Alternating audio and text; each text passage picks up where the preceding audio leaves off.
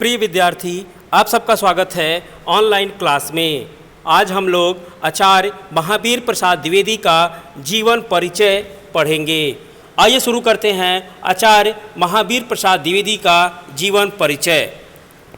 हिंदी साहित्याकाश के दैदीप्यमान नक्षत्र आचार्य महावीर प्रसाद द्विवेदी युग परिवर्तक, साहित्यकार, भाषा के परिष्कारक, समालोचना के सूत्रधार एवं यशस्वी संपादक थे।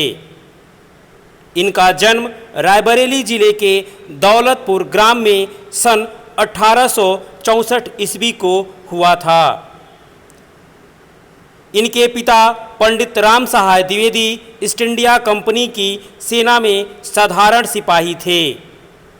घर की आर्थिक स्थिति अच्छी न होने के कारण द्विवेदी जी ने स्कूली शिक्षा समाप्त करके रेलवे में नौकरी कर ली तथा घर पर ही संस्कृत, मराठी, बांग्ला, अंग्रेजी और हिंदी भाषाओं का अध्ययन किया।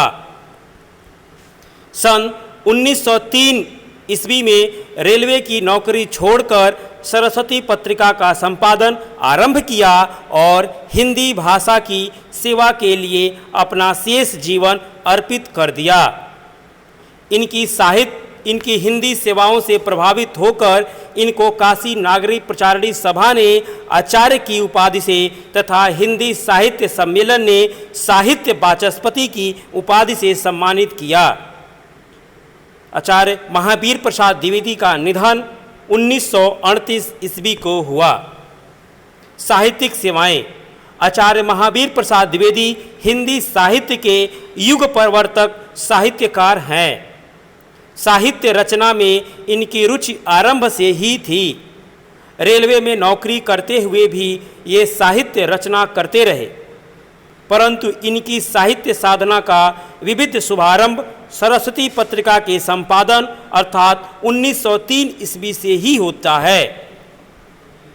सरस्वती का सफलतापूर्वक संपादन करते हुए इन्होंने भारतेंदु युग के हिंदी गद्य में फैली अनियमितताओं, व्याकरण संबंधी अशुद्धियों, विराम चिन्हों के प्रयोग की त्रुटियों, पंडिताऊपन और अप्रचलित शब्दों के प्रयोग को दूर कर हिंदी गद्य को व्याकरण के अनुशासन में बांधा और उसे नवजीवन प्रदान किया। इन्होंने हिंदी के भंडार को समृद्ध बनाने के लिए नए नए विषयों पर मौलिक और अनुदित ग्रंथों की रचना भी की। अंग्रेजी भाषा एवं संस्कृत के रंग में रंगे लेखकों की इन्होंने तर्कपूर्ण कटु आलोचना की, जिससे बहुत से लेखकों ने घबराकर या तो लिखना बंद कर दिया या अपनी भाषा को सुधार लिया। द्विवेदी जी भाषा परिष्कारक के अतिरिक्त समर्थ आलोचक भी थे। इन्होंने अपने लेखन में प्राचीन साहित्य एवं संस्कृति से लेकर आधुनिक काल तक के अनेक विषयों का समावेश करके साहित्य को समृद्ध किया। द्विवेदी जी ने वैज्ञानिक आविष्कारों, भारत के इतिहास, महापुरुषों के जीवन, पुरातत्व, राजनीति, धर्म आदि विविध विषयों पर साहित्य रचना की। निबंध लेखन के रूप में इन्होंने निबंध साहित्य को नई दिशा और सामर्थ्य प्रदान की। द्विवेदी जी ने 5 प्रकार के निबंधों की रचना की: शुद्ध साहित्यिक, आध्यात्मिक, ऐतिहासिक, जीवन परिचय संबंधी और वैज्ञानिक। उत्कृष्ट समालोचक के रूप में इन्होंने हिंदी समीक्षा के नए मानदंड स्थापित किए तथा भाषा शिल्पी के रूप में हिंदी गद्य को व्याकरण सम्मत बनाकर उसका परिष्कार और संस्कार किया तथा कवि के रूप में इन्होंने खड़ी बोली को काव्य भाषा के आसन पर प्रतिष्ठित किया। द्विवेदी जी की अभूतपूर्व साहित्य सेवाओं के कारण इनके रचना काल को हिंदी साहित्य में द्विवेदी युग के नाम से जाना जाता है या द्विवेदी युग कहा जाता है। कृतियाँ, इनकी कृतियाँ देख लेते हैं।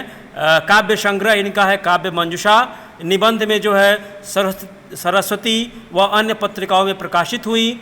आलोचना में जो है रसक के रंजन इनकी प्रसिद्ध रचना है। कालिदास और उनकी कविता, नैषधीय चरितम इनकी प्रसिद्ध रचना है। विचार विमर्श इनकी रचना है। अनुदित नाटक में रघुवंश, कुमार संभव, किरातार्जुनीयम, हिंदी महाभारत इनकी अनुदित नाटक रचना है। संपादन में सरस्वती पत्रिका का 1903 ईस्वी में संपादन किया। अन्य रचना में ये परीक्षा में पूछा जाता है कि ये संपत्ति शास्त्र किसकी रचना है, तो संपत्ति शास्त्र जो है महावीर प्रसाद द्विवेदी की रचना है। देख लेते हैं साहित्य में स्थान।